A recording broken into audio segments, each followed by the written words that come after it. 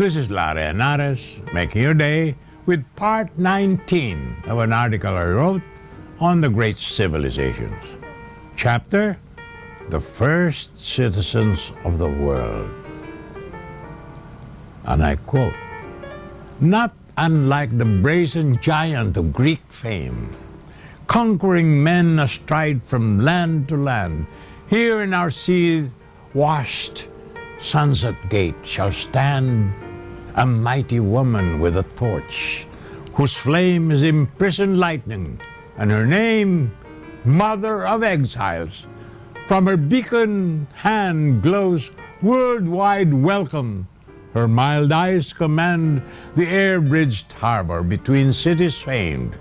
Keep, ancient land, your storied pomp," cried she with silent lips. "Give me your poor, your tired, your huddled masses, yearning to breathe free, the rested refuse of your teeming shore. Send these, the homeless, tempest-tossed to me. I lift my lamp beside the golden door." Certainly not like the Colossus of Rhodes is the American Statue of Liberty, which welcomed waves of poor immigrants from Ireland, Italy, Scandinavia, and the rest of Europe, and less enthusiastically the unassimilable Asiatics, like the Japanese, Chinese, Filipinos, Vietnamese, and Koreans. But poet Emma Lazarus' immortal poem quoted above, part of which was etched on the base of the Statue of Liberty itself, serves to remind us all that once the United States was a haven of the poor and the oppressed people of this world. Those seeking political asylum, such as Raul Manglapos, Sonny Alvarez, and Ninoy Aquino himself, always found themselves welcome in the United States. My family and I, to the chagrin of many who accused me of being anti-American and who could not get a U.S. visa themselves, have been going in and out of the United States and always welcomed with unfailing courtesy. So nothing prepares us for the occasional bastard in the U.S. Bureau of Immigration who takes pleasure in tormenting Filipinos at the port of entry. Senator Sonny Alvarez was insulted, falsely accused of a criminal act, shouted at and detained for several hours. Former Central Bank Governor Jaime Laya was also detained and handcuffed. Also, Tourism Secretary and former Congressman Jose Aspiras was so treated, as were 3 other congressmen and many Filipino citizens with valid visas. Even former Secretary of Foreign Affairs Carlos Romulo, whose loyalty to the United States is far above his love for the Philippines, according to Anding Roses, was once shouted at by an American immigration official, "In this country you are nothing, Romulo."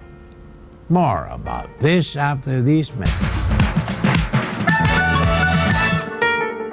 This is Larry Henares making your day with the part 19 of an article I wrote on great civilizations. Chapter, The First Citizens of the World. I guess it had to happen to one of my family, although it most probably had nothing to do with my stand on the U.S. basis. My daughter-in-law, Dr. Vicky Bello Henares, is the daughter of lawyer and ex-assemblyman Enrique Bello, who supports the American occupation of the baselands. Yet Vicky, who travels back and forth to and from the United States several times a year, this time for a few months training in dermatology, was detained at the Los Angeles airport some time ago. She was accused of using a spurious and tampered passport, of having a passport picture that does not look like her, kept incommunicado for an entire 8 hours and subjected to invectives and insults. What are you doing with an American Express card? Filipinos cannot afford to have these credit cards like this. You must be an illegal immigrant. Where did you get $5,000 in cash and traveler's checks? You stole them. Admit it. This is not your passport. Your picture does not look like you at all. You tampered with this. It's probably a fake passport. No, you cannot make a phone call. You have no rights in this country. You have no choices except two. Either you turn back and go home, in which case you will not be allowed to come back here in the next 3 years. Or you go to jail right now.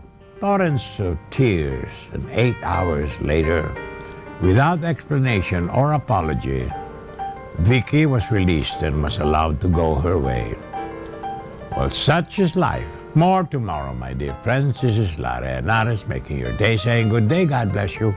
Thank you very much for being with us. Till next time, hasta la bye-bye.